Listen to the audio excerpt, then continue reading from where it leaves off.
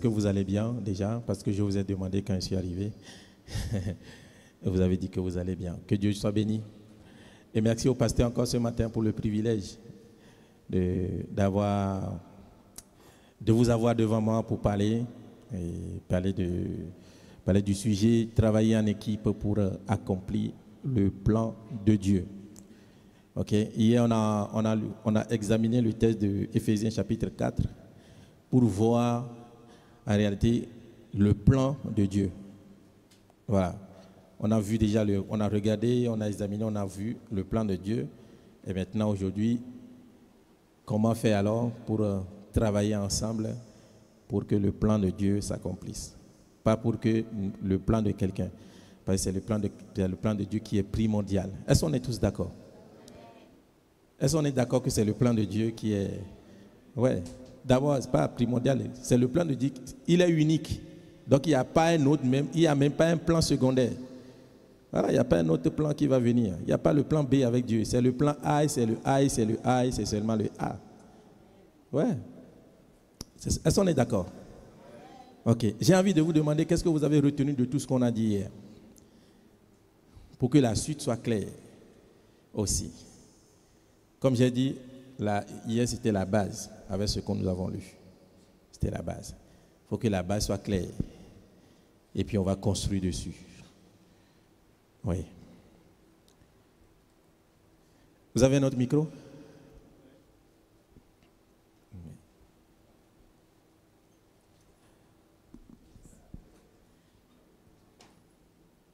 Alors, hier nous avons parlé... Oui, allez-y.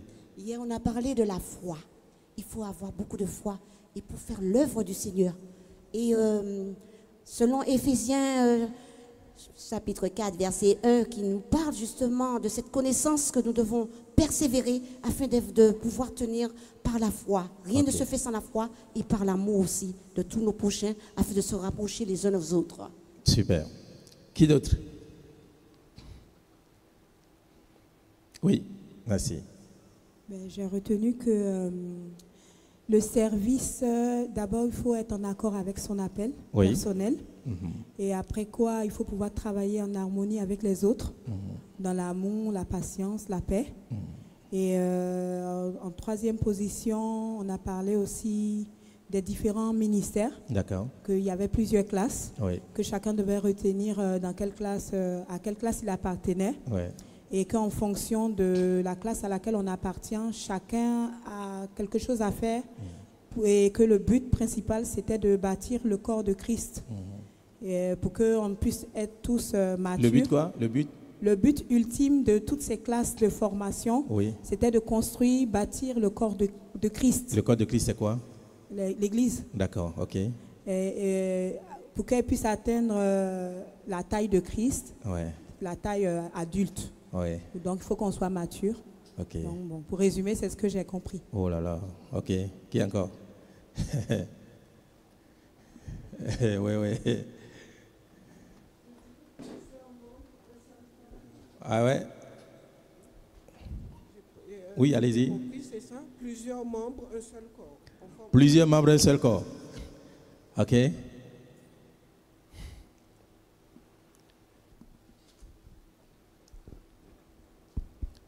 Moi, si je peux ajouter quelque chose, c'est que hier, on a également vu que le Christ est venu sur la terre.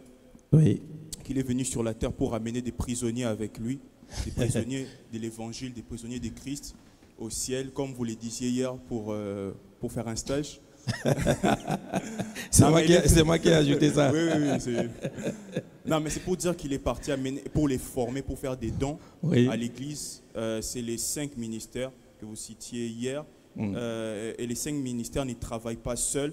En fait, ils sont là pour former justement, pour amener les gens à servir avec lui. Et le but ultime, comme Tata Thérèse le disait, c'est pour construire l'Église. D'accord. Donc voilà. Si je peux rajouter un truc.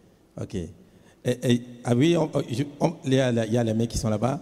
Et j'explique que pour le verset, là où on a parlé du stage, là, écoute, il y a beaucoup d'interprétations par rapport à ce verset. Il y a beaucoup d'interprétations.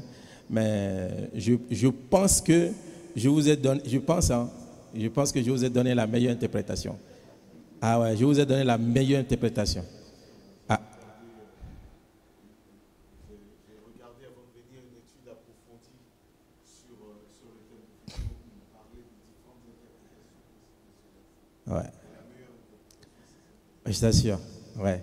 Parce que bien, il faut rester dans le contexte de chapitre de Éphésiens chapitre 4. Vous allez voir des gens qui vont prêcher, ils vont dire oui, il a ramené des captifs au ciel. C'est ceux, les gens d'Ancien Testament qui sont morts. Jésus est allé dans la mort, il est parti les ressusciter et les a emportés au ciel, les introduits. Non, c'est pas ça. Parce que ça n'a rien à voir avec les gens de l'Ancien Testament. On reste, c'est l'Église. Ça reste uniquement sur Christ et l'Église. Ok? C'est pas les gens de l'Ancien Testament. C'est toi. Le micro, s'il vous plaît.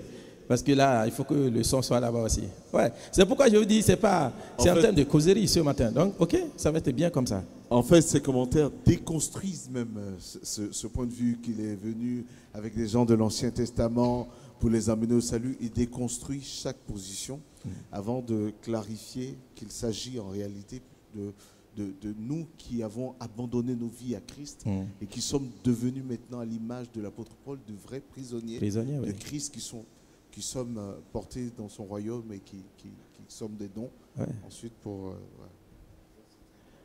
Je confirme que c'est biblique. Ouais, je t'assure.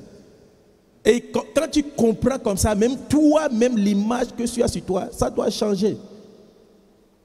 L'image que tu as de toi-même là, ça change. Parce que tout ce que le Christ a fait, Christ qui sauve les gens, il les sauve et il les amène au ciel. Je n'ai pas eu le temps de vous lire les autres versets parce que j'ai juste fait allusion. Parce que quand il dit il nous a transférés du royaume des ténèbres à son royaume n'est pas sur la terre. Ok. Et quand Paul dit aussi que nous sommes assis avec lui dans le ciel. Ouais. Comment tu es assis dans le ciel et tu es ici? Ok. Donc tout ça. Donc, il sauve, il amène et il envoie. Hein? D'accord? Ouais. Les gens dans l'Ancien Testament, là, ils sont dans l'Ancien Testament. Avec Jésus, là, Jésus n'a rien à voir avec les gens de l'Ancien Testament. Lui, il est venu pour l'Église. C'est le plan de l'Église. Les gens de l'Ancien Testament, ils ont leur porte d'accès pour rentrer dans ce que le Christ a fait. Ouais. Ils ont une porte d'entrée pour entrer dans ce que le Christ a fait. C'est merveilleux. Quand l'église là, c'est merveilleux. C'est merveilleux. Le plan du Christ pour l'église. C'est merveilleux. C'est très formidable. Frère, c'est très formidable. C'est pourquoi il dit, l'œuvre de Dieu est spirituelle. Le ministère spirituel est très spirituel. Et c'est très merveilleux. C'est très merveilleux. Les anges ont dit à Dieu, mais comment tu aimes ces hommes-là comme ça? Nous ne comprenons pas. Nous voulons voir. Et la Bible dit, les anges ont regardé, ils ont étudié le plan, ils veulent saisir le sens des choses. Ils disent, non. Les anges ont dit, non, mais on ne comprend rien. Quel est ce plan? Il faut que nous-mêmes, là, nous comprenons le plan de Jésus, de Dieu, par rapport à l'église. Par rapport à l'église. Ok, oui. Qui a le micro? Oui. Alors moi, ce que j'ai compris... Un peu plus, oui. Ce que j'ai compris, qu'on ne peut pas bâtir sans Christ. On ne peut pas bâtir sans Christ. On ne peut pas bâtir sans Christ. Tout ce qu'on fait, il faut qu'il soit le centre. Ok. Et il est en chacun de nous pareil, il agit pareillement. Aïe, il est en chacun de nous. Oui, et il agit pas chacun aussi. Ok. Il est en chacun de nous. On fait partie du corps de Christ. Hein. Il agit, que ce soit avec les évangélistes, quel que soit avec les adorateurs, quel que soit avec les enseignants ou autres. Il agit pareil. Bon, c'est vrai qu'il a mis une autorité devant nous, qui nous apporte la parole. Ouais. Mais nous aussi, on doit travailler avec pour bâtir l'église de Christ. Et c'est ce que j'ai compris. Amen. Ok. Ouais. À côté. Moi, ce que j'ai retenu, c'est que, comme la maman l'a dit, c'est que le Seigneur, c'est lui qui bâtit tout. Ok. Et c'est vrai que la Bible, comme vous l'avez dit, le Seigneur est en tous, il habite en tous, il agit en tous. Mais il y a un point que vous avez tenu à souligner, qu'on doit, pour ma part, en fait, je pense qu'on doit faire attention. C'est le fait qu'il y a aussi ceux qui sont infiltrés dans l'Église comme bâtissants, mais ils ne bâtissent pas avec la parole de Dieu, ils bâtissent avec des mensonges. Donc, en fait, pour éveiller un point de discernement, pour que même si tout le monde parle, même si tout le monde en fait prêche, qu'on puisse en fait vraiment examiner toujours tout à la lumière de la parole pour savoir est-ce ils sont vraiment encore de construire le corps selon la parole de vérité. Donc il y a ça que j'ai retenu. Il y a aussi le fait que chaque membre en fait le corps ne fonctionne bien que lorsque chaque membre est à son poste. Donc si chacun n'est pas à son poste, en fait ça crée une anomalie. Et je me rappelle de l'image que vous avez prise, c'était les mains qui remplacent les pieds. On ne pourra pas faire plus de 200 mètres avec ça. Donc, mais il y a d'abord, attends. Si on va te faire la démonstration aussi, je pense qu'il y a des gens qui ne vont même pas tenir, même sur les mains, avant de marcher. À peine les pieds vont arriver ici, il va tomber. Ok, oui, vas-y. Donc, il y a ça. Et aussi, ce que je me rappelle, c'est que vous avez dit que c'est le Seigneur qui a mesuré. Ouais. Le Père, il a donné, mais c'est le Fils qui a mesuré. Donc, pour nous appeler à ne pas mépriser les frères et à ne plus nous enorgueillir pour ce que nous avons. Parce que c'est le Seigneur qui a mesuré. Donc, si le Seigneur a mesuré une part plus grande pour mon frère, je dois en fait me réjouir avec lui pour la part qu'il a. Et si le Seigneur a mesuré aussi une part plus petite pour moi, mon frère ne doit pas s'enorgueillir de ce qu'il a plus que moi. Donc, c'est un peu ce que j'ai compris. C'est bien. Oui, il y a des mains derrière. Bonjour à tous. Bonjour. Alors, si je peux on ne t'a pas vu au petit déjeuner? C'est vrai, je suis désolée, j'ai juste préparé. D'accord, là tu vas rester jusqu'à 18h ici. Ah, c'est pas grave, c'est bon, pas de souci. Alors, si je peux rajouter, par rapport à tout ce qui a été dit, effectivement, ce qu'il vient de dire le frère, c'est exactement ça. Un peu plus. C'est qu'il faut qu'on puisse en fait œuvrer en unité, c'est-à-dire que chacun soit dans l'unité, qu'on ne puisse pas se mépriser, parce que tout le monde en fait au même niveau, compris le même Dieu. C'est surtout ce qui est en fait intéressant. Il n'y a pas un Dieu plus grand dans l'un ou dans l'autre, le même esprit, le même Saint-Esprit, et que l'unité doit être le mot d'ordre au niveau de l'Église, c'est très important. Et que par rapport à tout ce qui a été dit par rapport au service, par rapport à tous les dons, la finalité, il y a une finalité, et la finalité c'est qu'on puisse l'Église puisse atteindre la taille parfaite par la foi justement du Christ, c'est-à-dire manifester le Christ et vivre par le Christ. Voilà, si je peux rajouter juste ça. D'accord. Voilà. Super. Qui d'autre?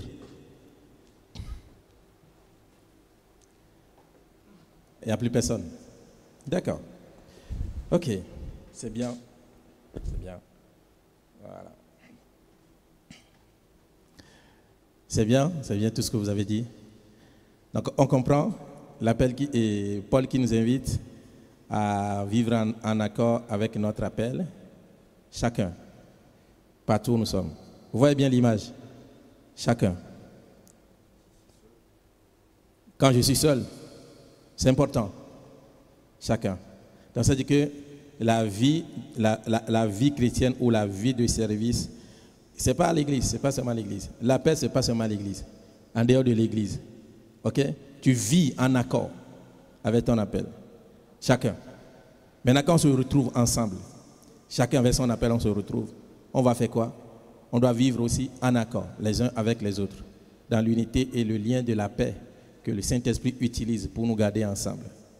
Ok? Et il va justifier cela, ou bien il va donner des raisons pour cela, en expliquant qu'il y a un seul Dieu, un seul Seigneur, une seule Église, une seule espérance, un seul baptême, un seul.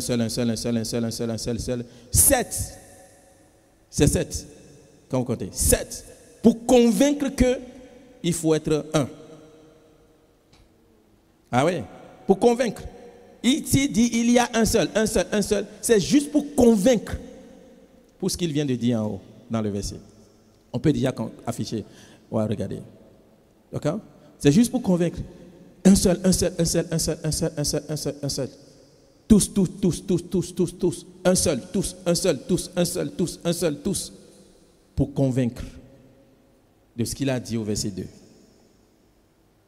Ok. Et quand il finit ça maintenant, sinon on peut sauter, hein? On peut réorganiser le test.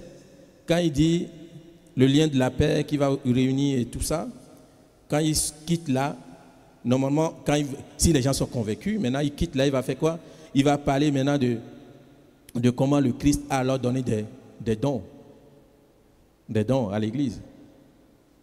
Ok? Et maintenant, ces dons doivent travailler pour former les autres. Donc si les gens sont formés, pourquoi? Les gens sont formés pour alors faire le service chrétien. Finalement, c'est tout le monde qui s'élève. Le ministère forme ceux qui sont à la base. Et parmi ceux-là, il va y avoir des appels. Et il faut comprendre alors que ceux qui sont dans la classe d'appel sont formés pour faire quoi? Pour servir à côté maintenant des ministères. Et tous ceux qui appartiennent à Dieu. Donc chacun est formé après pour le service chrétien.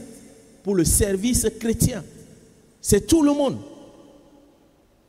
Donc quand il finit de montrer ça, parce qu'il dit il faut être unis. Pourquoi? Parce qu'il y a des gens qui ont reçu des dons pour former tous ceux qui appartiennent à Dieu. Donc il faut que tout cela se passe dans l'unité. L'unité, et pourquoi l'unité? Parce qu'il y a des gens qui ont reçu des dons pour venir faire quoi? Pour venir vous former. Et quand on va finir de vous former, vous allez vous engager dans le service. Et quand vous vous engagez dans le service, pourquoi le service? Le service pour faire quoi? Pour construire le peuple de Dieu. Ça descend. Pour construire le peuple. Pour construire l'église. Et quand on va construire l'église ne va pas rester construite dans un seul état. Non. Il va faire quoi? Il va falloir maintenant que tous ensemble, et j'aime beaucoup ça, tous ensemble, que ce soit celui qui soit à la tête, que ce soit ceux qui ont été formés, que ce soit ceux qui sont dans l'assemblée, tous ensemble, on va faire quoi? On va alors grandir. On va alors grandir. Est-ce que vous voyez la pensée de Dieu? Même l'apôtre dit, nous tous ensemble. C'est-à-dire que même la première classe, les ministères, que ce soit évangéliste, pasteur, docteur, prophète, tous, nous avons besoin de croître. Tous ensemble maintenant dans l'église, tous ensemble, on va alors grandir. La croissance, pour atteindre la taille du Christ. Et grandir là voudra dire à la taille du Christ, c'est-à-dire à la ressemblance, à l'image du Christ.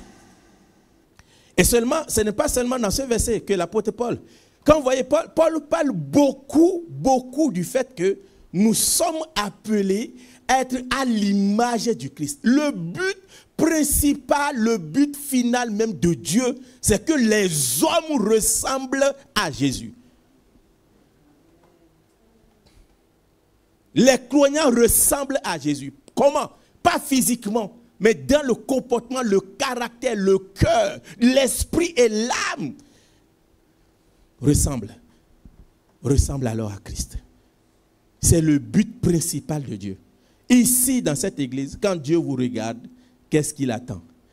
Il veut voir chacun en train de ressembler à Jésus. Il veut voir dans la vie de chacun des choses qui sont en train de partir. Des choses qui sont en train de partir. Des choses qui quittent le cœur, qui quittent la pensée. Des choses qui ne glorifient pas Dieu, qui sont en train de quitter. Et des choses qui sont du Christ, qui sont en train d'être téléchargées, qui sont en train d'entrer dans le cœur de chacun. C'est ça ce que le Dieu veut. C'est là le but de l'église.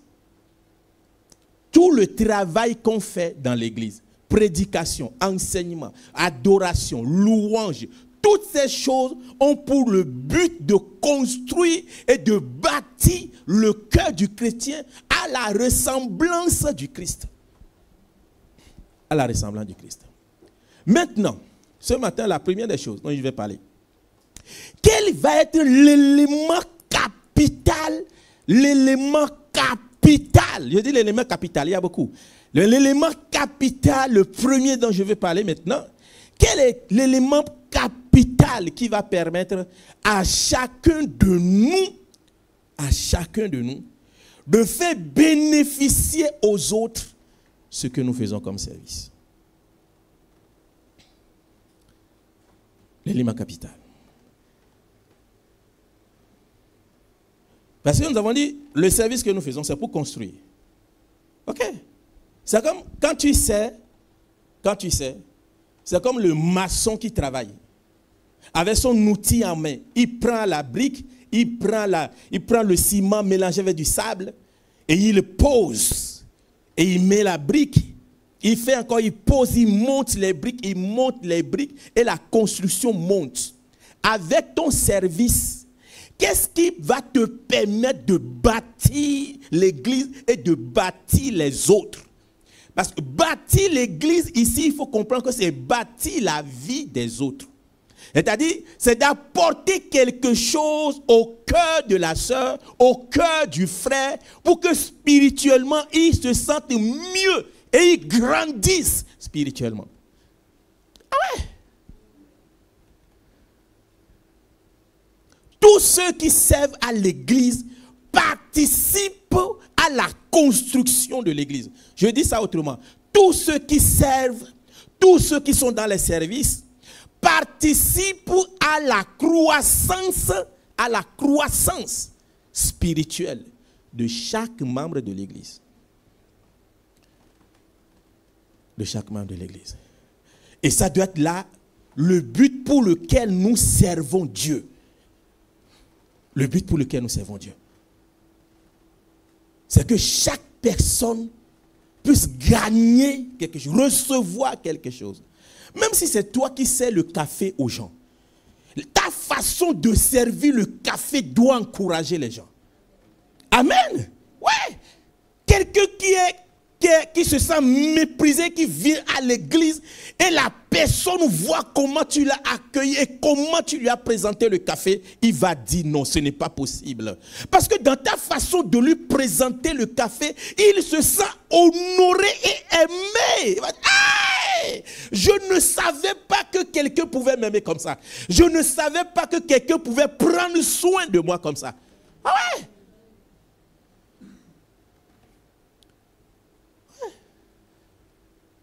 Ta façon de lui servir même le café déconstruit déjà quelque chose en lui pour bien accueillir la prédication après. Le culte ne commence pas quand la louange commence. Non, non, non. Le culte commence déjà à la porte. Le culte commence déjà à la porte. Pour celui qui vient à l'église, le culte commence déjà là-bas. Oui. Le culte commence déjà là-bas. Vous savez qu'il y a des gens qui ont été mal accueillis dans les églises et plus jamais ils ne sont partis. Ils ne sont pas partis. Ils ont dit plus jamais je mettrai pied dans une église.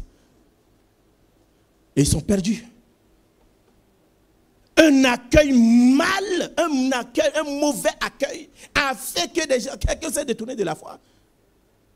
Mais dans d'autres cas, des gens étaient bien accueillis et depuis ce jour, ils sont assis dans l'église. L'accueil a participé à construire leur cœur et leur foi et leur relation. Il dit tous les services. Même si c'est le ménage. Il y a des gens qui vont venir à l'église, ils vont voir la chaise là telle qu'elle est. Ils vont faire comme ça un trait. Ils vont faire comme ça et ils vont voir que leur doigt, le doigt a fait une route sur la chaise.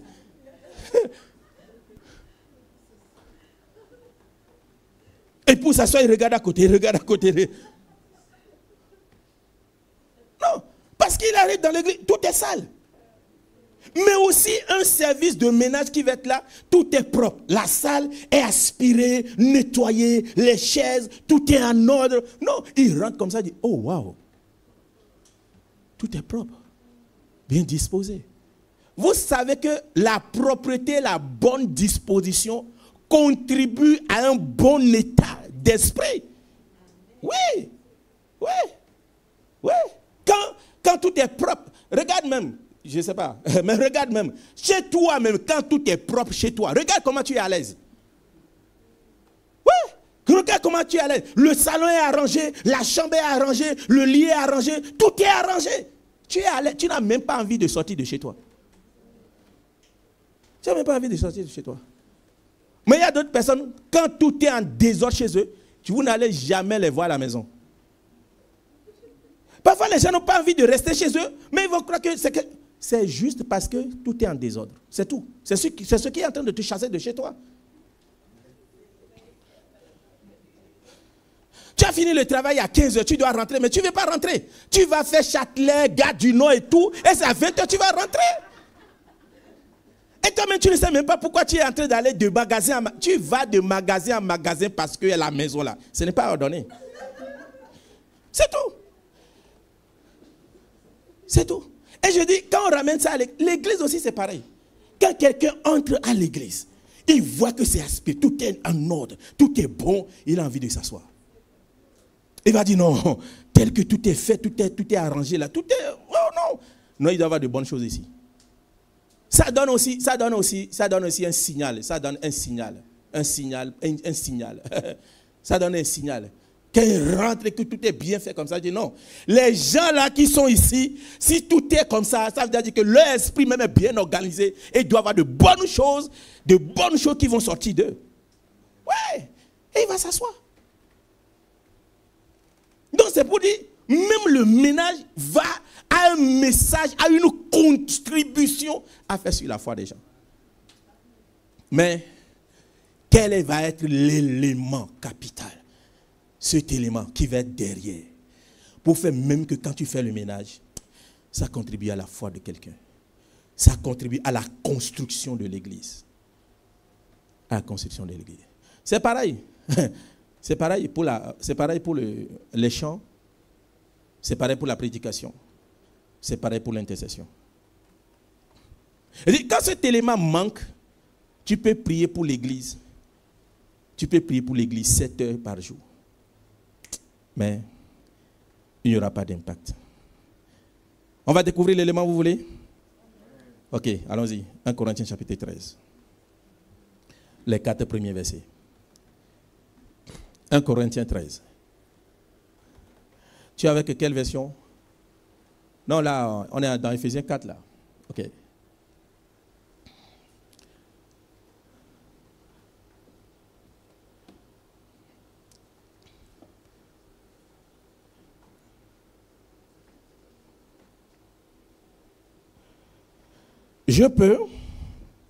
Je peux parler les langues des hommes et les langues des anges. Pourquoi il parle de ça? On regarde ensemble. Je peux parler les langues des hommes. Ok, il y a des gens qui parlent ici beaucoup de langues. Mais après, il ajoute, et les langues des anges. Je peux parler. À quel moment on parle les langues des anges? Vous avez jamais été déjà dans un magasin ou quelque part, puis vous voulez acheter quelque chose, vous avez comment parler les langues des anges à celui qui est là-bas? Non. Donc on parle les langues des anges où? À l'église et dans la prière. Ok. On dit, je peux parler les langues des hommes. D'abord, les langues des hommes. Vous savez, quand vous arrivez quelque part et vous vous rendez compte que quelqu'un parle le même dialecte que vous, vous êtes content. Vous êtes content. Et parfois, même quand vous entendez les gens parler, peut-être dans le métro, dans le train, et vous avez entendu quelque chose comme si c'était votre dialecte, ouais, vous voulez bien écouter. Et si c'est ça, ça vous intéresse. Vous commencez par regarder les gens. Même si ce qu'ils disent n'est pas intéressant, vous vous intéressez à ce qu'ils disent. Et si vous ne vous maîtrisez pas, vous allez finir par intervenir pour dire, vous allez dire quelque chose aussi pour qu'ils comprennent que vous comprenez ce qu'ils sont en train de dire. C'est pour dire, quand vous parlez la langue des hommes, la langue des autres, ça leur fait du bien et ils aiment cela. Donc, je peux parler la langue de tout le monde. Vous parlez BT, je parle BT. Vous parlez quoi encore, je parle encore. Vous parlez quoi encore, je parle encore. Et vous allez être content de dire, là, je peux communiquer avec vous tous ici. Vous pouvez partager avec moi. Il n'y a pas de barrière. Il n'y a pas de barrière. Il dit, si je peux parler les langues des hommes. Est-ce que je peux communiquer avec tout le monde et les gens vont être contents parce que je parle la langue? Ça, c'est pour les choses de la terre. Maintenant, quand je montre que je peux parler les langues des anges, là, ça dit que je peux parler les langues qui sont sur la terre et je peux aussi parler les langues qui sont au ciel. Là, tu es devenu passe-partout. Tu es la terre, tu es à l'aise. Au ciel, tu es à l'aise. Mais les langues des anges dans l'église, je peux parler. Quand quelqu'un parle la langue des anges, on dit qu'il est spirituel. N'est-ce pas? Donc, je peux montrer, autrement dit, je peux montrer ma spiritualité. Je peux montrer ma spiritualité en parlant la langue des anges. Et vous savez, il faut avoir le don de parler la langue des anges pour en parler. Il n'est pas donné à tout le monde de parler la langue des anges. Et Paul va dire, mais si je n'aime pas les autres, je suis seulement une cloche qui sonne, une cymbale bruyante. Bruyante. Qui est ici? Batterie. Qui joue ça? Ok. Écoutez. Il a dit, je suis une cloche. Je suis une cloche qui sonne. Qui sonne. Vous connaissez la cloche? Glo, glo, glo, glo, glo, glo, glo, glo, glo, glo. Il dit, je suis une cloche qui sonne. Glo, glo, glo, glo, glo, glo, glo, glo. Une cymbale aussi, qui va retentir. Non, reste d'abord. Une cymbale bruyante, qui fait de bruit. Normalement, la cymbale doit donner un son. Un son. Dans le son, il y a une lecture. Il y a quelque chose à saisir. Quand je fais comme ça, il n'y a rien.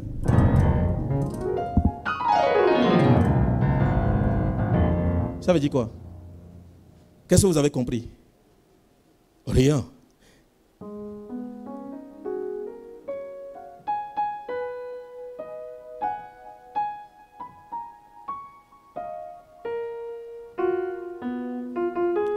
Vous préférez quoi? Le premier ou le deuxième? Le deuxième. Parce que déjà le deuxième a commencé par véhiculer quelque chose. Et c'est ce qu'il y a déjà qui ont commencé par réfléchir. Quel est le son qui est derrière? Parce que le second qui suit, l'autre qui suit, ça veut ressembler à quelque chose. Et ça commence par passer un message dans le cœur. Mais il dit non, si je n'ai pas l'amour, je ne suis pas le deuxième, c'est le premier. C'est le premier. Je fais seulement du bruit. Il n'y a rien à déceler, il n'y a rien à saisir derrière. Il n'y a rien à saisir derrière. Et la suite, il va dire, verset 2, je peux avoir le don de parler au nom de Dieu aussi. Je peux comprendre tous les mystères et posséder toute la connaissance. Toute la connaissance, les mystères. C'est toi qui révèles, c'est toi qui dis des choses. Vous voyez la dimension spirituelle de celui-là qui révèle les mystères. Dans son service, dans ce qu'il fait dans l'église. La connaissance, la posséder, toute la connaissance. Il répond à tout, ce frère. Il répond à tout. Il a la réponse à tout. Il est capable de tout dans l'église. Il peut prêcher puissamment. Il peut jouer, il peut chanter, il peut adorer. Il peut tout faire. Il a la connaissance. Il révèle les choses cachées. Je peux avoir une foi assez grande pour déplacer les montagnes. Aïe. Vas-y, caméra, tourne-toi. Caméra, tourne. Il fait tout. Les chaises, soulevez-vous les chaises. Et tournez. Et vous voyez dans l'église, tout tourne comme ça. Oui. Ça peut être de Dieu qu'il a ça. Les montagnes se déplacent. Mais si je n'aime pas qui? Les autres, je ne suis rien. Regardez comment il dit. Regardez. Je peux parler au nom de Dieu. Ça, c'est que je suis quelqu'un. Je peux comprendre tous les mystères et posséder la connaissance. Ça veut dire que je suis encore quelqu'un. Et je connais les choses. Je peux avoir la foi assez grande pour déplacer. Ça veut dire que je suis encore quelqu'un qui fait le miracle. Et je parle aux choses naturelles qui me respectent. Tu es une personne à craindre. Mais après, il va dire, si je n'aime pas les autres, je ne suis rien. Ça veut dire que ta capacité à déplacer les montagnes, c'est nul. Ta capacité à donner des connaissances, à révéler les mystères de Dieu, c'est nul.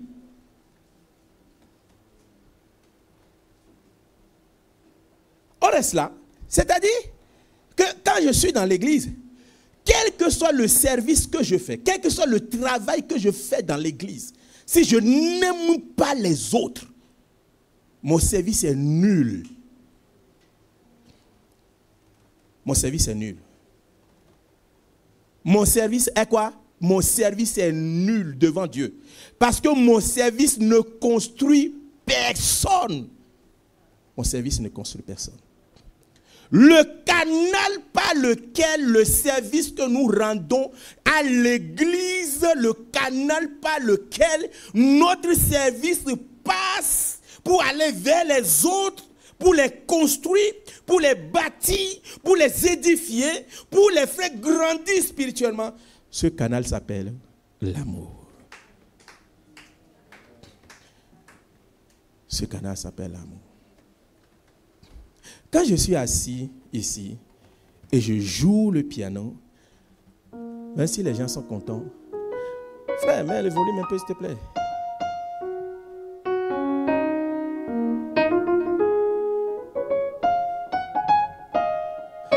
Et qu'on peut même faire le culte. On fait le culte sans chant et c'est seulement avec ton piano que tu vas jouer. Et les gens prient fatigués. Mais pendant que tu es assis ici et tes doigts sont en train d'agir, mais que dans ton cœur, il n'y a pas l'amour vers les autres. Ce que tu joues s'arrête au bout de tes doigts. Ce que tu joues là, ça s'arrête au bout de tes doigts. Les oreilles entendent, mais ça ne rentre pas. Ça ne descend pas dedans.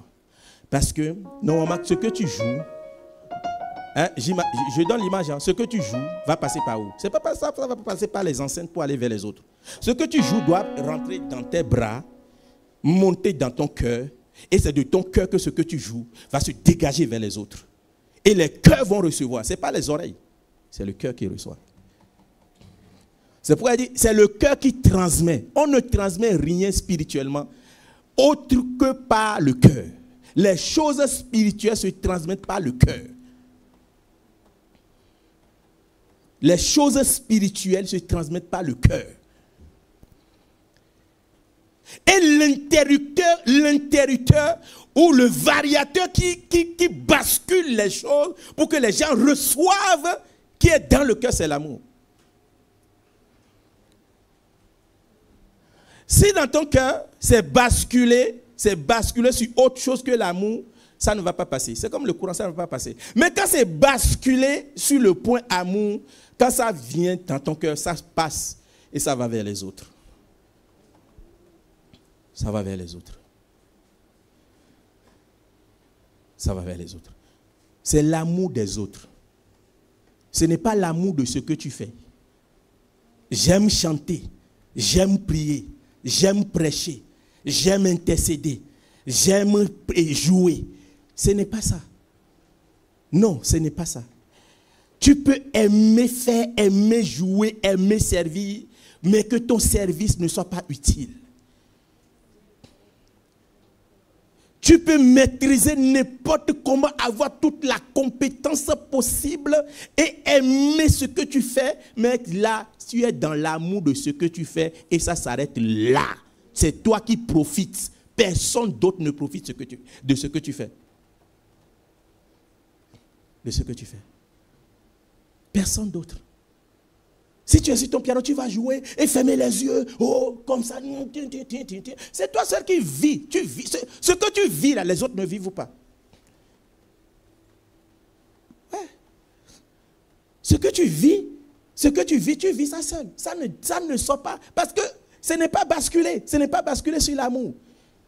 Ce n'est pas basculer sur l'amour. L'aiguille n'est pas basculer sur l'amour pour faire passer alors ce que tu vis vers les autres. Dans l'élément capital, je vous assure, c'est l'élément capital pour rendre utile le service que nous accomplissons à l'église. C'est l'amour pour les autres. L'amour pour les autres. L'amour pour les autres. Je dis bien, ce n'est pas l'amour de ce que nous faisons. Je peux aimer faire ce que je fais. Mais si je n'aime pas les autres, ça ne peut pas les profiter. Ça ne peut pas les profiter. Ouais. Et je te dis aussi, même si ce que tu fais dans l'église, ce n'est pas ce que tu veux réellement faire, mais parce que tu aimes les autres et tu fais quand même ce que tu fais, ça va bénir les autres. Ça va bénir les autres. Tu vas dire, ah oui, moi je n'ai pas une belle voix, je ne chante pas. Mais quoi? Mais quand tu chantes, on est béni. Mais quand tu chantes, on est béni. Je ne sais pas prier. Mais quand tu pries, oh, on est béni. On est béni. On est béni parce que tu aimes les autres. L'amour est comme l'amplificateur. L'amour est comme l'amplificateur de ce que tu fais. Quand ce que tu fais passe par, rentre dans la caisse de l'amour dans ton cœur, ce qui sort, le son qui sort après, ce qui sort après, tu ne peux pas imaginer. Ce qui sort après, tu ne peux pas imaginer. Quand ton service passe par la caisse de l'amplification, qui est la caisse de l'amour, ce qui sort derrière, tu ne peux pas imaginer. Tu ne peux pas imaginer. C'est pourquoi ce matin, la première des choses, aime les autres. Aime les autres. Aime les autres. Parce que ce sont eux qui vont rendre l'amour que tu as pour eux là. Ce sont eux qui vont, l'amour que tu as pour eux. Les autres sont ceux qui, je vais dire comme ça, les autres sont ceux qui vont rendre utile ce que tu fais. Sans les autres, ce que tu fais n'est rien. Je dis, sans les autres, ce que tu fais n'est rien. Oui. Parce que pour vérifier le résultat de ce que tu fais, ce n'est pas sur toi-même, c'est sur les autres. Est-ce qu'ils sont construits? Est-ce qu'ils sont bénis? Est-ce qu'ils sont encouragés? Est-ce qu'ils sont fortifiés? Est-ce qu'ils grandissent avec ce que tu fais? Est-ce qu'ils ressemblent à Christ par ce que tu fais? Pourquoi il faut aimer les autres? Il faut aimer les autres. Ouais. C'est pourquoi il dit, la première chose, que ce soit pour un pasteur, un prophète, un évangéliste et tout, c'est simplement l'amour. L'amour pour l'Église. L'amour pour les frères. Et les frères, l'amour pour les autres. L'amour aussi pour les autres. L'amour pour les autres. Il faut aimer les autres. On n'aime pas. Et cet amour n'est pas un amour qui aime chez les autres ce qu'il veut. Ah ouais. Je ne vais pas t'aimer parce que ce que je vois chez toi me plaît. Non, non, non, non, non. Ce n'est pas comme ça. Ce n'est pas comme ça. Si tu aimes les autres à cause de ce que tu vois qui te plaît, si c'est ce que tu vois qui te plaît, à cause de ça, tu aimes les autres. Elle dit, oh, tel là, oh, je n'aime pas sa façon d'être. Je n'aime pas ça. Et à cause de ça, tu ne l'aimes pas. Tu n'aimes pas. L'amour aime les autres tels qu'ils sont. Amen. Ouais. L'amour aime les autres tels qu'ils sont. Tu veux que les gens changent? Tu veux voir les gens changer dans l'église? Tu veux voir une sœur changer dans son comportement? Aime-la. Il faut simplement l'aimer. Et le service que tu vas rendre après, passant par ton cœur et par l'amour vers la personne va commencer par devenir telle que tu veux. Non, quelqu'un a compris? Non, tu veux que quelqu'un change? Tu veux que les frères, les sœurs changent dans l'église? Aime-les tels qu'ils sont. Et rends ton service. Et tu vas les voir après changer. Non, je réexplique. Tu veux voir les gens changer dans l'église? Aime-les tels qu'ils sont. Et sers maintenant Dieu. Et sers maintenant Dieu. Et à travers ton service, qui va aller vers eux par amour, va commencer par avoir des faits sur eux. Et ils vont commencer par changer. Ils vont commencer par changer. Amen. Ça doit changer quoi dans ma tête? Ça doit changer que quand je viens à l'église, je ne vais pas, oh, les frères, Estelle, je n'aime pas. Elle parle trop. Elle fait ci trop. Elle fait ci là trop. Elle n'est pas comme ça, n'est pas comme ça. Non, non, non, non, non. dans le corps et dans l'église, ce n'est pas comme ça que l'amour fonctionne. Ce n'est pas comme ça que l'amour fonctionne. L'amour aime les autres et les accepte tels qu'ils sont. Tels qu'ils sont. Tels qu'ils sont. Vous savez, Paul nous dit, dans Romains, passe à Romains chapitre 5, où il nous dit, Dieu nous a aimés. Même avant qu'on ne naisse là, Dieu nous a déjà aimés. Dieu nous a déjà aimés. Dieu t'a aimé avant ta naissance. Est-ce qu'on regarde un peu? Dieu t'a aimé avant, et il est le premier à t'aimer. Supposons que Dieu ne savait même pas comment tu vas te comporter après, mais il t'a déjà aimé. Et maintenant, tu es né, tu as commencé par grandir, tu as commencé par avoir des attitudes et des comportements. Et Dieu va dire, oh, c'est comme ça il allait faire si je savais que je n'allais pas l'aimer. Non, non. Même si après il t'a aimé et après maintenant tu as commencé par vivre, tu as commencé par te comporter et Dieu voit des comportements et dit, ah. Non, ça ne change rien. Pour Dieu, ça ne change rien. Ça ne change rien. Il t'a aimé avant ta naissance, avant que tu ne grandisses, avant que tu ne commences pas à agir, il t'a déjà aimé. Même si après tu as commencé par mal te comporter, vivre loin de sa parole, ça ne change rien. Son amour est toujours le même pour toi et pour nous. Est-ce que Dieu n'a rien vu de bon avant de nous aimer? Il n'a pas dit, ok, je vais aimer les hommes, je vais aimer seulement ceux qui vont faire ci, vont faire ça, vont faire ci, vont faire ça, vont faire ci, vont faire ça. Et maintenant, il attend voir. Qui sont ceux qui remplissent les conditions? Lui, il remplit les conditions, il remplit les conditions. Non, je vais l'aimer. Non. Il a aimé. Et quel que soit après les attitudes, il continue d'aimer. Il continue d'aimer. Et puisqu'il veut qu'on soit à la taille ou à l'image, à la ressemblance du Christ, il veut qu'on soit pareil aussi. Amen. Il veut qu'on soit pareil aussi. Il veut qu'on soit pareil. Et tu vas dire, ah pasteur, c'est compliqué d'aimer. En réalité, ce n'est pas compliqué d'aimer. Disons la vérité. Disons la vérité. En réalité, ce n'est pas compliqué d'aimer. C'est quand nous voulons penser à la manière des hommes que aimer est compliqué. On rentre dans la parole, je continue? Oui, en réalité, c'est quand nous voulons réfléchir à la manière des hommes que aimer est compliqué. Si Christ n'a pas dit que aimer est compliqué, nous ne pouvons pas dire que aimer est compliqué. Le premier à pouvoir dire que aimer est compliqué, ça devait être le Christ. Comment toi tu vas guérir les enfants des gens? Tu vas ressusciter quelqu'un qui est mort dans une famille. Tu vas libérer les démoniaques. Et les mêmes personnes un jour vont se lever dans une grande foule en train de dire il est mauvais, il faut le crucifier. Nous préférons un voleur qu'à lui. Hey! Un peu de reconnaissance. Mais la Bible dit, la foule crie qu'il soit crucifié. Qu'il soit crucifié. On le crucifie et dans le même temps, il va crier, il va dire, Père, pardonne-leur, car ils ne savent pas ce qu'ils font.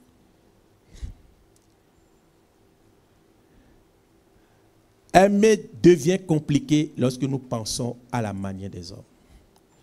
Mais aimer va commencer par devenir facile et possible pour nous quand nous pensons à la manière de Dieu. À la manière de Dieu. À la manière de Dieu. Et quand tu penses à la manière de Dieu, tu vas prier pour pouvoir aimer les autres. Tu vas prier. Ce n'est pas la prière. Quand tu n'arrives pas à aimer quelqu'un, prie pour la personne. Ce n'est pas pour rien que le Christ a dit priez pour vos ennemis.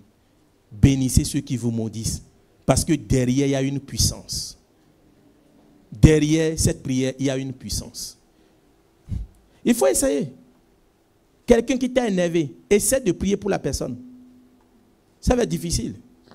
Mais tu ne vas pas t'en tenir. Tu ne vas pas te tenir à cette difficulté à prier pour la personne. Ferme les yeux. Ferme les yeux et bats-toi pour prier pour cette personne pendant 5 minutes. Ton cœur va te dire non.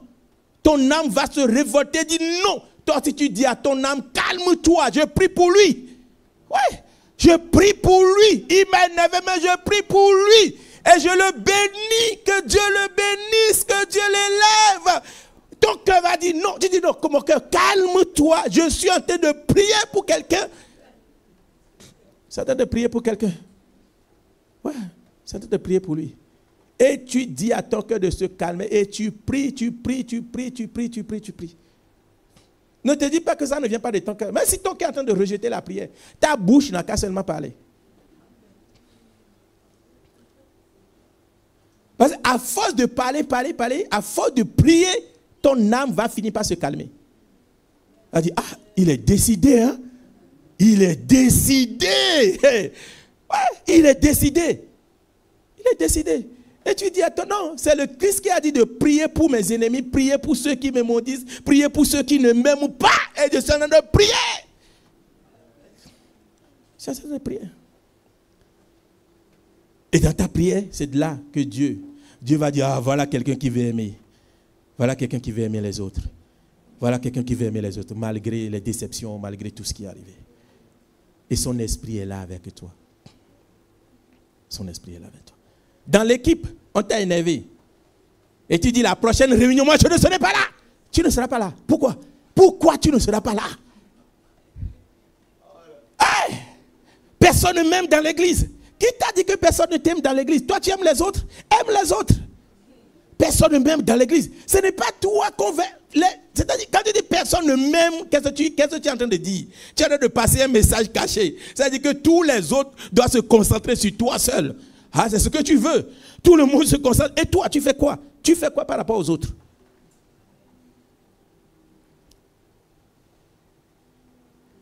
Personne ne m'aime dans l'église. Si tu dis personne ne t'aime, que tu t'isoles, ça veut dire que toi-même tu n'aimes personne.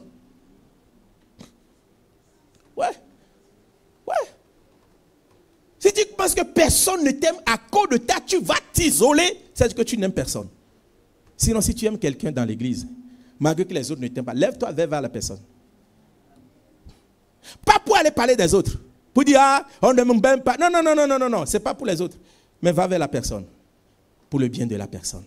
Pas pour aller évoquer tes déceptions.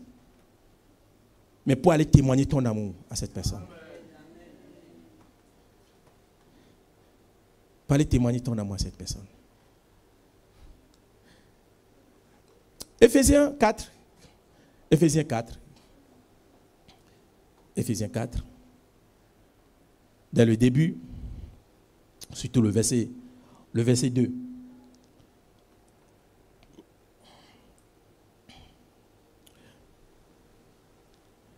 Hey, my brother. Tu es là? Ça va? Ok. Soyez simples, doux et patients. Supportez-vous les uns les autres avec amour. Supportez-vous. Et quelqu'un dit, supporter, là, il y a deux sens, non? Vous qui avez supporté PSG pour gagner contre Real, là. Hein? Et vous étiez en train de sauter. Oh, ils ont gagné. Là, vous supportez, c'est bon. Peut-être que vous étiez là-bas et que vous avez supporté. Là, c'est supporter. Et Dieu, vous encouragez les autres à faire ce qu'ils font. Vous les supportez, vous les supportez, vous les supportez. Ouais. Supporter comme ça, c'est facile. Plus que l'autre sens. L'autre sens, supporter là. Supporter, c'est prendre sur soi. C'est prendre sur soi. Là, cette Bible, pour qu'elle ne tombe pas, il faut un support. Il faut un support pour que cette Bible-là ne tombe pas. Et ma main est le support. Ok? Maintenant, supportez-vous les uns les autres. Soyez des supports les uns pour les autres. Ah ouais? Ouais. Soyez des supports les uns pour les autres. Pour que l'autre ne tombe pas, soit un support pour lui. Et jusqu'à quand? Hey, ça pèse. C'est dur. Mais jusqu'à quand tu vas être un support? Et supporter. Supportez-vous les uns les autres. Là, c'est à l'impératif. Supportez-vous. Soyez simple, doux et patient. Supportez-vous les uns les autres. Je redis, soyez des supports les uns pour les autres. Support. pour que l'autre ne tombe pas. Ok. Frère, tu dois être le support pour quelqu'un. Tu dois être le support pour quelqu'un. Pour qu'il ne tombe pas.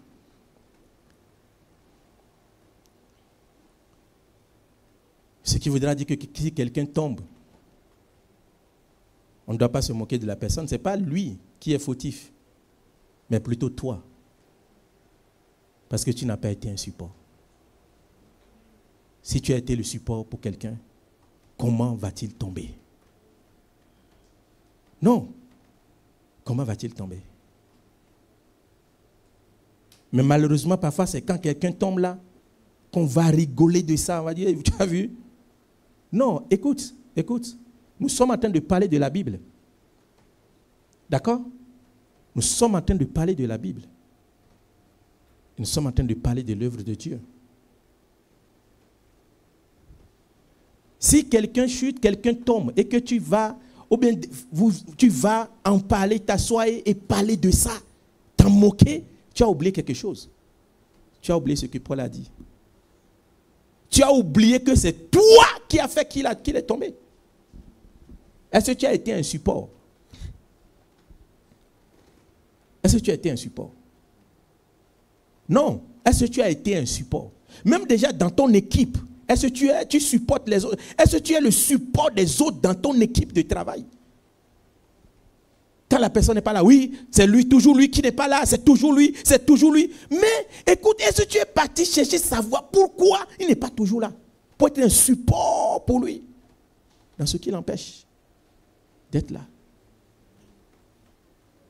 C'est lui seul qui ne fait pas bien. Est-ce que tu as été un support pour savoir pourquoi il ne fait pas bien ce qu'il fait? Et quand tu vas savoir pourquoi il ne fait pas bien, tu vas être un support pour lui. Tu vas être un support pour lui. Et je dis, supporter, c'est prendre sur soi. Et ce n'est pas toujours facile de prendre quelque chose sur soi.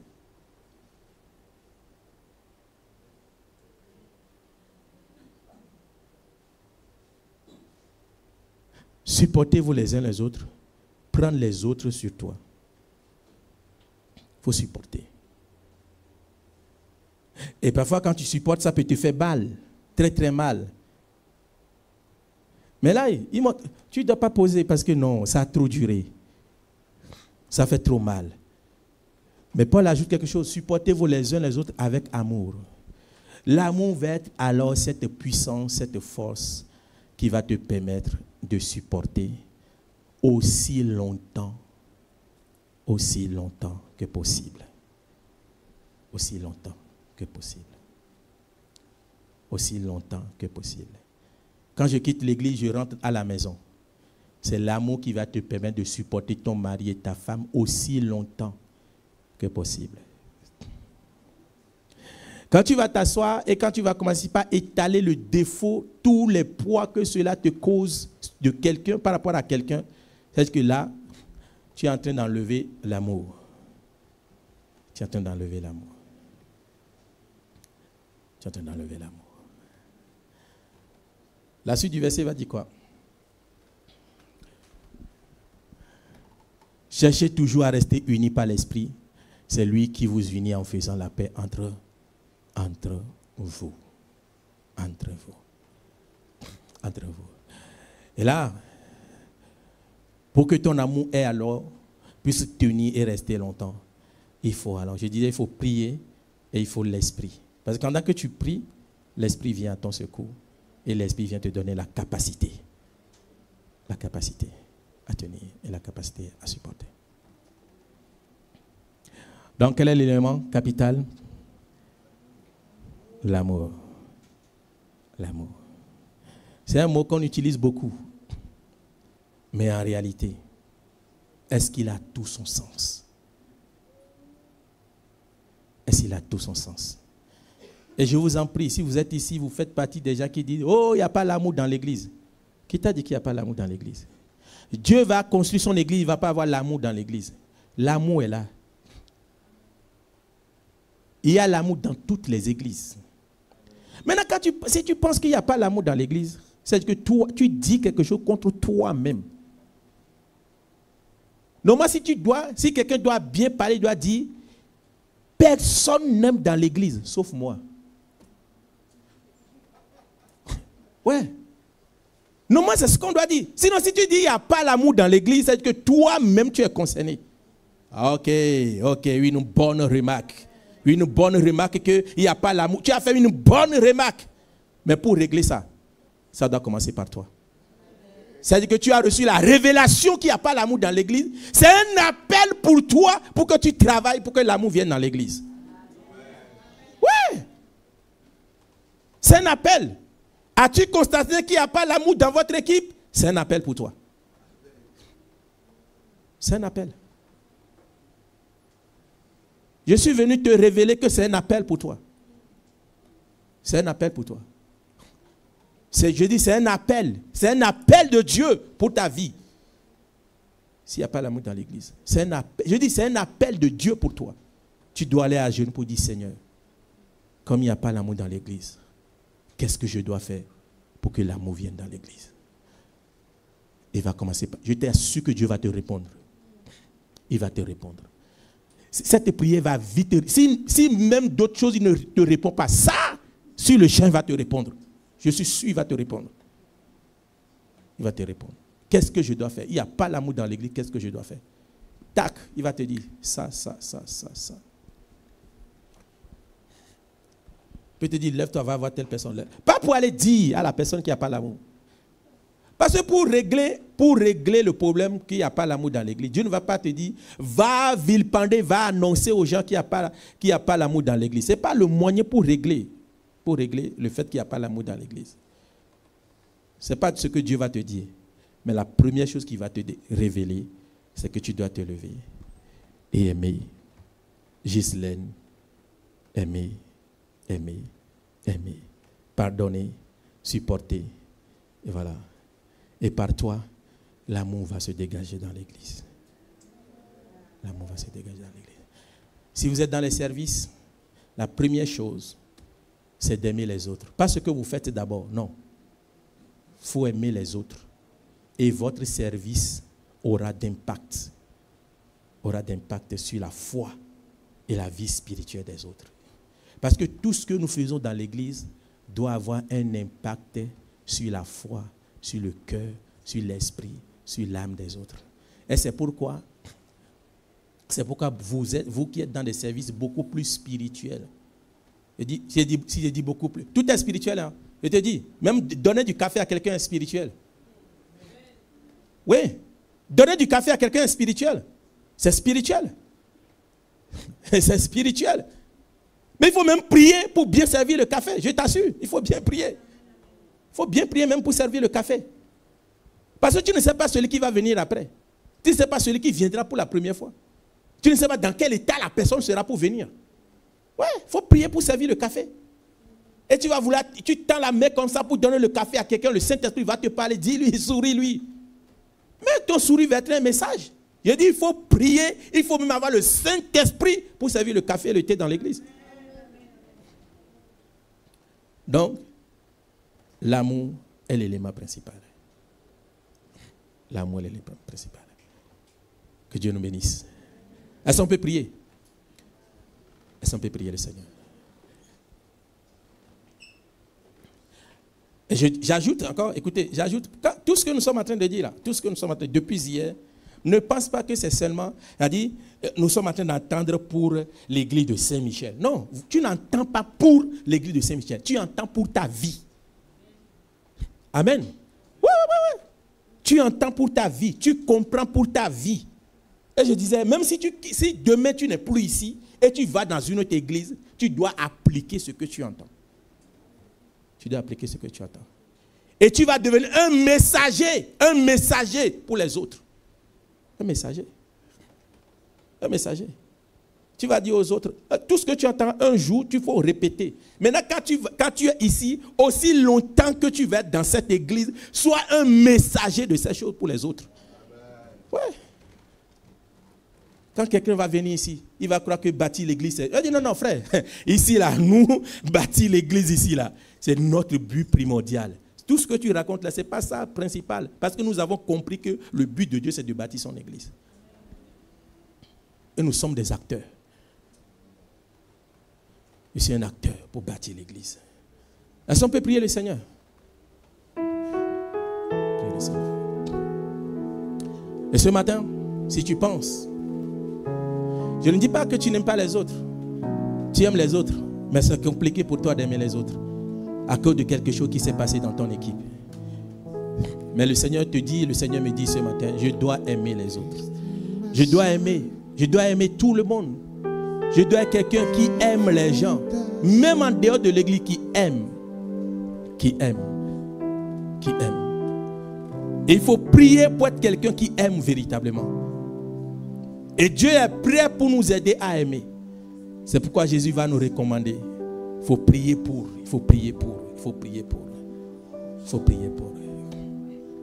Est-ce que tu peux prier le Seigneur? Tu vas le bénir pour sa parole. Et tu vas dire oui. J'ai compris que je dois aimer les autres. Je dois aimer ceux avec qui je travaille dans l'église. Je dois aimer chaque personne dans l'église. Je dois même aimer en dehors de l'église. En dehors de l'église. Je crois que j'aime, mais je reconnais que ce n'est pas suffisant, Seigneur. Je reconnais que ce n'est pas suffisant. Apprends-moi à encore aimer. Apprends mon cœur à aimer. Donne-moi la grâce d'aimer les autres.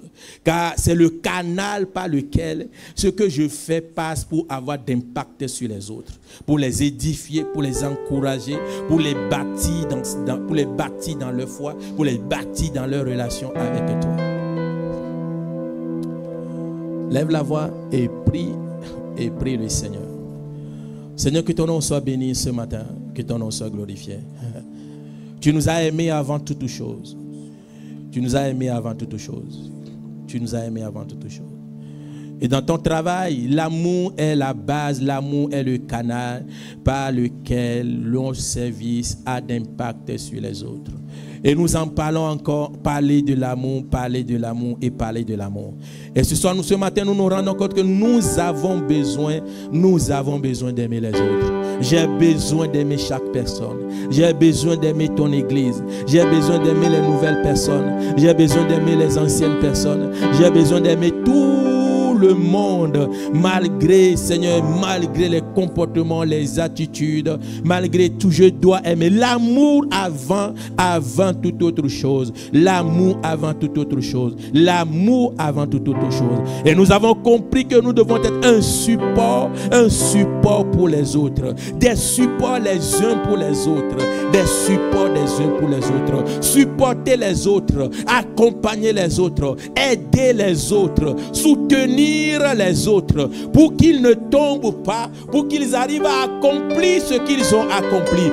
Donne-nous le cœur ce matin, le cœur qui aime, le cœur qui supporte, le cœur qui accompagne, le cœur qui soutient. Le cœur qui soutient. Ce matin, je te prie pour des cœurs peut-être qui ont dit oui, j'ai été blessé, j'ai été blessé. J'ai été blessé. Oh, je n'ai pas été aimé. Je n'ai pas été ici. Je n'ai pas eu ci. Je n'ai pas eu ça. Des cœurs qui se sentent déçus. Des cœurs qui se sentent déçus. Je te prie ce matin. Tu es le Dieu qui guérit les cœurs. Tu es le Dieu qui guérit. Tu es le Dieu qui renouvelle le cœur. Et nous sommes en train de prier ce matin afin que tu renouvelles chaque cœur. Tu renouvelles chaque cœur ce matin. Tu renouvelles chaque cœur dans le travail. Tu renouvelles chaque pensée dans le travail. Merci pour ta grâce. Merci pour ta grâce. Merci pour ta grâce. Merci pour ta grâce. Merci pour ta grâce. Donne-nous d'aimer encore et encore et encore et encore. Amen.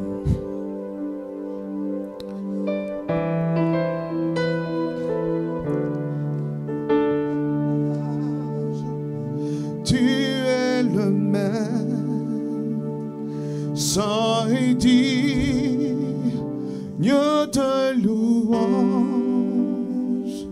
Alpha,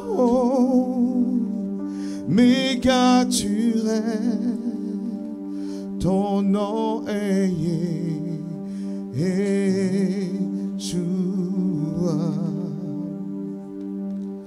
Dans un âge, tu es le même, ça est digne de louange, Alpha, Omega,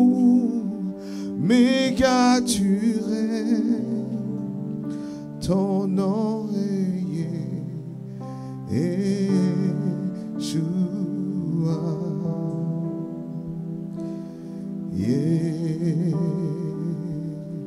Yeshua, Yeshua,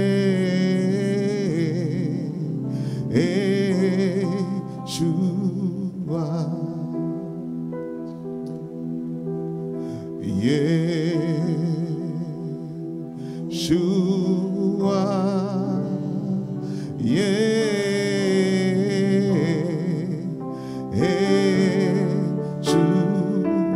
Est-ce qu'on peut le dire encore? Yeshua,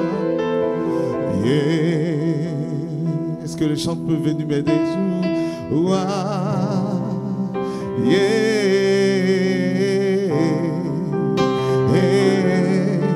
Yeshua, dis-le encore, Yeshua.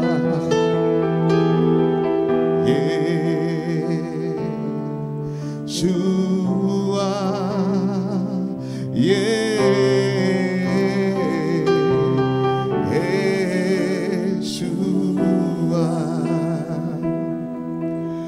dans son âge, tu es le même, ça est dit